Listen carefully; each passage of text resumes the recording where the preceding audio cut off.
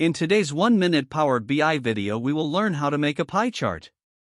Step 1. Select the pie chart icon from the visualization pane, drag the icon to the report canvas.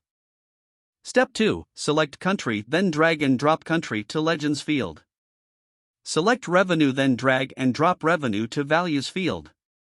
Step 3. Expand the visual by clicking at the edge and then dragging it. Step 4. Go to Format Visual, click on Legends and then increase the font size, make the text bold, change the color to black. Step 5. To add details to the pie chart, select Detail Labels and from the drop-down select All Detail Labels. Step 6. To format labels, click on Values and then increase the font size, make the text bold, change the color to black.